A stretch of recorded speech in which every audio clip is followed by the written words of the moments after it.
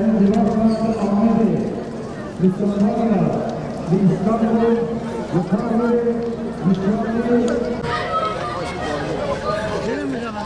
camileri bir kafanayım. Gel camileri selam hoş geldin.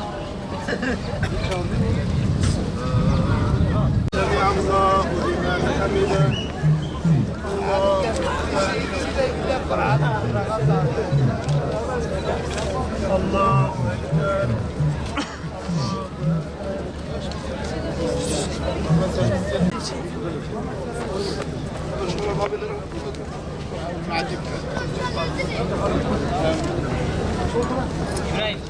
selamlıyorum. Aynı şekilde hükümete de buradan selam söylüyor ve bu anlaşmayı kabul etmediğiniz, bu ihanet anlaşmasını kabul etmediğinizden dolayı Rabbim sizlerden razı olsun. Kudüs bizimdir, Kudüs bizimdir.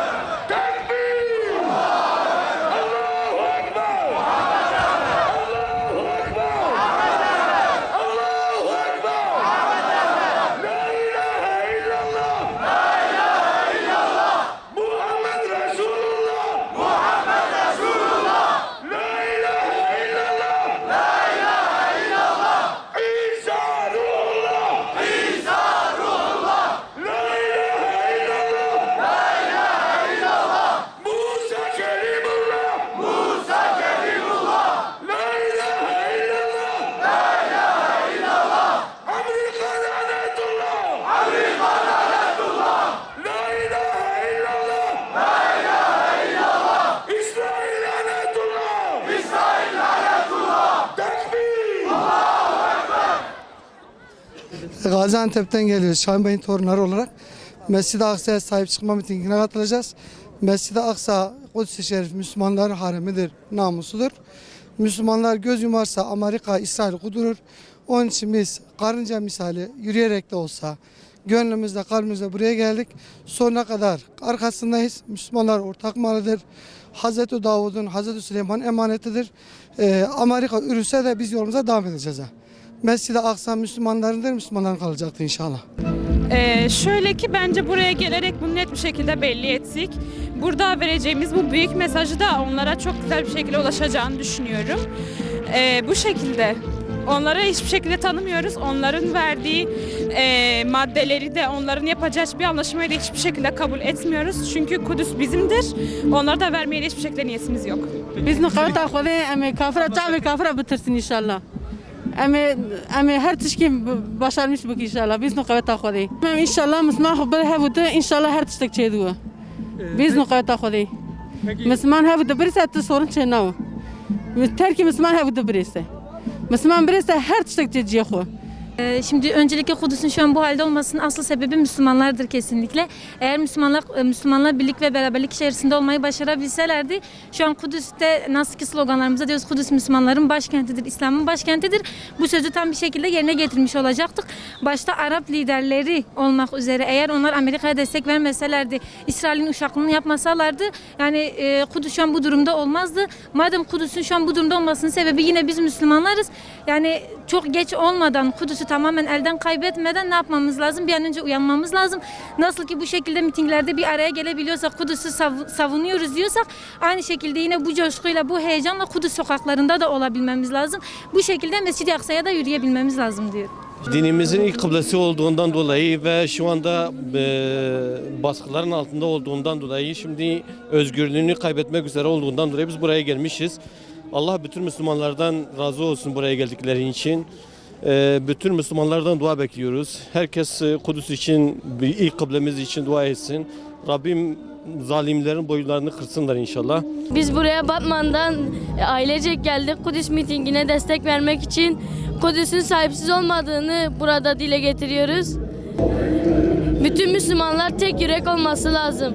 Hepimiz birleşmeliyiz. Tek bir ağızdan söylemeliyiz bunları.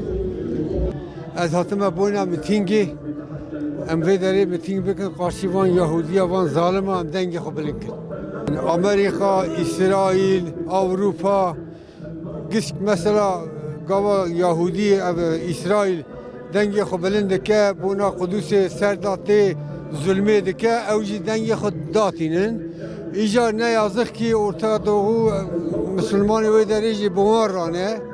Ama Müslümanı mesela dünyayı denge xubelin dikin, emci boyuna hatine, emci boyuna denge xubelin bikin, emci van zalimara desti xubelin bikin. İnşallah Xudey nurak tamam ki. مرامل اسکی شهریه از حتما موشه میوانی جبونا متینگا یه حتما فرا قدسی حتما فیدرا خدا تعالی عقوبت بسمان ارسه قرآن تهیگ خدا تعالی یاردم خوش کافر ببره خدا تعالی ایش کافر الهم نینه خدا تعالی قدس شریف قبلگاه بسمان محمد علیه الصلاة والسلام بری خدا قلبی بری عود دا قدس شریف پاش دا کعبه خدا وی نخد نو دست پیه کافرا خدا ایشی بسمانا له بینه خدا عاقبتا بسمانا لسر قرآن تهیگ لسر تمامی بسمانا فنا لمجه سایکه فرزه لخارسی کافرا da mücadele bıkır. Hadi işi bسمانا له بینه. Önce bu organizasyonu yapan peygamber sevdalarına ne kadar teşekkür etsek azdır. Konuşmacılardan biri güzel bir şey söyledi. Yani Resulullah sallallahu aleyhi ve sellemin hadisini en azında yaşamamız gerekir, yaşatmamız gerekir. Gücümüz yetmediğine göre sesimizin çıktığı kadar beraber bir şekilde bu zalimane, insanlığa yakışmayan, insanlığın barbarı durumuna gelen İsrail ve uşaklarını bu şekilde protesto etme gücümüz var. Bu yönde bir Müslümanların duyarlı bir şekilde geldiği andan itibaren de inşallah diğer gücümüzü kullanmayı Allah hepimize nasip etsin. Böyle şeyler olduğu zaman insanın ruhi maneviyatı da uyumamış oluyor. Sürekli bir canlılık, sürekli bir hareketlik oluyor. Bu organizasyonu yapan bütün Müslüman kardeşlerimizden Allah razı olsun. Buraya bu soğukta toplanan bu bilinçli ve şuurlu neyi, nasıl gerektiğinin bilincinden olan bu topluma da Allah-u Teala yardım etsin ve bu şekilde bizi ayakta tutmayı Rabbimden niyaz ediyorum. Allah razı olsun.